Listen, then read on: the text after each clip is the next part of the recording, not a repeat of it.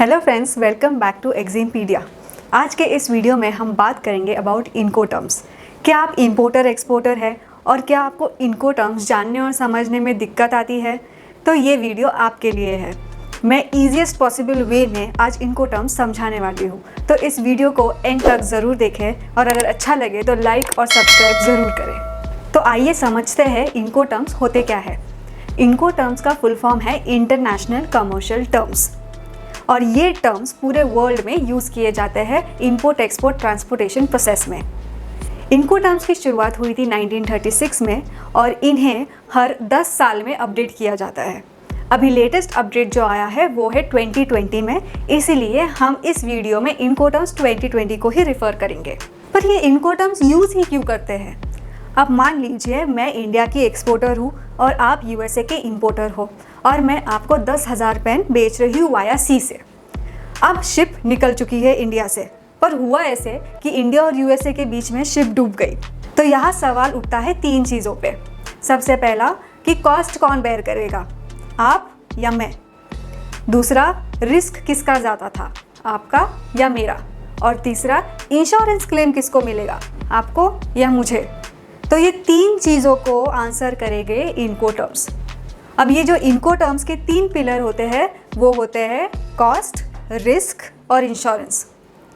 अब इस ऐसे सिचुएशन में या इस सिचुएशन में ना इंपोर्टर सही होता है ना एक्सपोर्टर सही होता है। इनको टर्म्स का कॉन्ट्रैक्ट जो दोनों के बीच में हुआ है।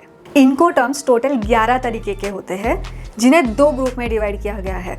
7 इनको टर्म ग्रुप 1 में आते हैं और 4 इनको टर्म ग्रुप 2 में आते हैं।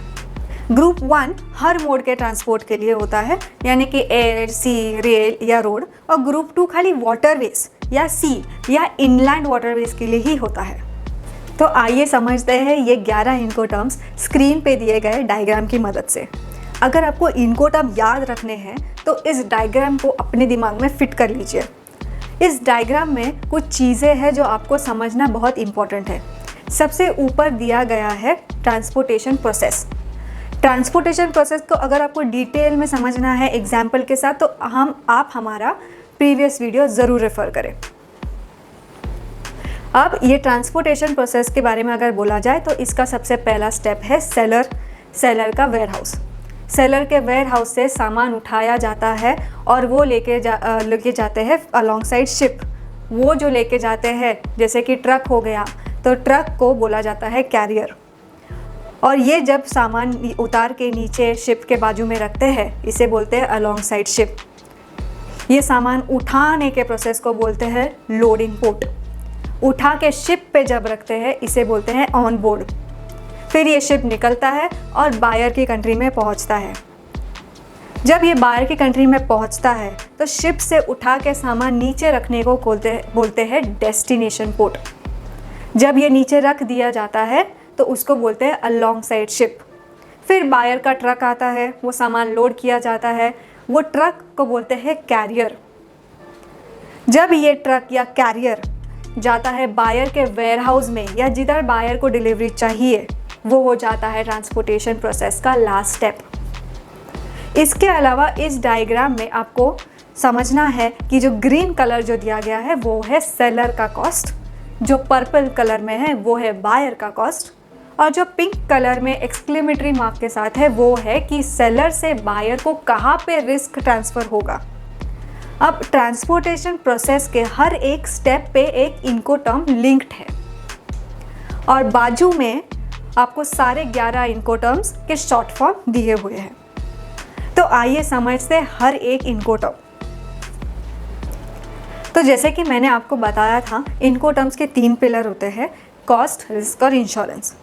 अगर बात की जाए इंश्योरेंस की तो जहाँ पे भी आपको आई नज़र आ रहा है उसका मतलब होता है वहाँ पे इंश्योरेंस कंपलसरी है और वो मोस्टली सेलर ही निकालता है। बाकी सारे इनको टर्म्स में इंश्योरेंस निगोशिएबल होता है, यानी कि बायर और सेलर म्यूचुअली डिसाइड करते हैं कि इंश्योरेंस कौन लेगा। तो शुरू करते हैं एक्स वर्क्स से। एक्स वर्क्स में सेलर अपने फैक्ट्री या वेयरहाउस पे अपना सामान पैक करके अपने डोर स्टेप पे रख देता है। वहाँ से रिस्क और कॉस्ट दोनों ही ट्रांसफ़र हो जाते हैं बायर को। इंश्योरेंस निगोशिएबल होता है। अब बात करते हैं एफसीए की। FCA में सेलर एक्सपोर्ट पैकेजिंग करके कैरियर में लोड करता है, कैरियर यानी कि ट्रक। जैसे ही ट्रक में लोड हो जाता है वहाँ से रिस्क और कॉस्ट ट्रांसफ़र हो जाता है बायर को। फिर आता है FAS में सेलर शिप के बाजू में जाके सामान रख देता है। जैसे ही शिप के बाजू में सामान पहुंच जाता है वहाँ से रिस्क और कॉस्ट दोनों ट्रांसफ़र हो जाता है बायर को। इन दोनों केसेस में इंश्योरेंस नेगोशिएबल होता है। उसके बाद आता है FOB में सेलर सामान को लेके आके शिप के बाजू में रख देता है। अब ये शिप से बाजू से उठा के जो शिप में रखने का प्रोसेस है वहीं पे ट्रांसफ़र हो जाता है कॉस्ट और रिस्क सेलर से बायर को। ओके, CFR में क्या होता है, रिस्क जो है ये उठाने के प्रोसेस में ही सेलर से बायर को ट्रांसफ़र हो जाता है, बट कॉस्ट सेलर को शिप पे रखने तक बेयर करना पड़ता है। अब CIF और CFR में कुछ फ़र्क नहीं है, बस फ़र्क है इंश्योरेंस का। यहाँ पे इंश्योरेंस कंपलसरी सेलर को ही निकालना पड़ता है, बाकी रिस्क और कॉस्ट जैसे CFR में होता है वैसे ही होता है। CPT में जो है सेलर अपने कैरियर तक रिस्क बेयर करता है, बट कॉस्ट जो है वो बायर के कैरियर तक बेयर करता है। और CIP और CPT में कुछ फ़र्क नहीं है सिवाय इंश्योरेंस के। इंश्योरेंस यहाँ पे कंपलसरी सेलर को ही निकालना पड़ता है।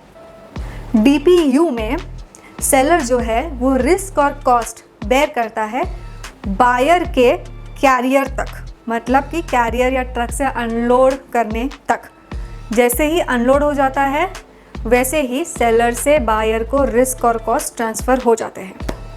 अब DAP में सेलर जो है वो बायर के डिलीवरी एरिया तक सारे कॉस्ट और रिस्क बेयर करता है, पर वो इंपोर्ट क्लियरेंस और ड्यूटी वगैरह नहीं भरता, वो बायर ही भरता है।